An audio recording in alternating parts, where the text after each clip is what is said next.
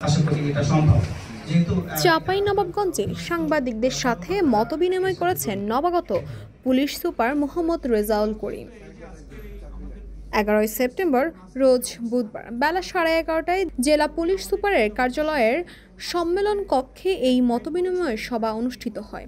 এ সময় police super Rezaul Karim বলেন, সিরাজগঞ্জ জেলা থেকে চাঁপাইনবাবগঞ্জ আসলেও তিনি বরগুনার সন্তান, আর তাই এখানকার কালচারের সাথে ভাষার উচ্চারণেও রয়েছে ভিন্নতা। তিনি জেলার চাঁদাবাজি বন্ধ ও মাদকের বিস্তার রোধে সাংবাদিকদের সহযোগিতা আশা করেন। এছাড়া জেলার যে কোনো ব্যক্তি তাদের খুবই গুরুত্বপূর্ণ বিষয় নিয়ে জেলা পুলিশ কার্যালয়ে আসলে তাদের যাবতীয় সাহায্য সহযোগিতা করা হবে বলেও তিনি জানান। এছাড়া জেলায় আইনশৃঙ্খলা পরিস্থিতি ঠিক রাখতে জেলায় কর্মরত পুলিশ সদস্যের নির্দেশ দেন তিনি। এর আগে পরিচয় পর্ব শেষে স্থানীয় গণমাধ্যম কর্মীদের কাছে জানতে চাওয়া বিভিন্ন প্রশ্নের উত্তর দেন পুলিশ সুপার রেজাউল করিম। আইনগত কাজে আপনারা বাধা দিবেন না, প্রয়োজনে সহযোগিতা করবেন।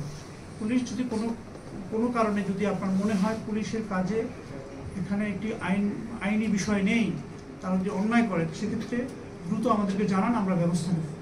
এবং যত চাঁদাবাজি, তারপরে সন্ত্রাস, ডাকাতি, চুরি বা মাদক যাই থাকুক না কেন, উদ্দেশ্যে বলতে চাই চাঁপাইনবাবগঞ্জ পুলিশ একটা টিম ওয়ার্কের মতো কাজ। তাসপিয়া তাবাসসুম, এই সময়, ঢাকা।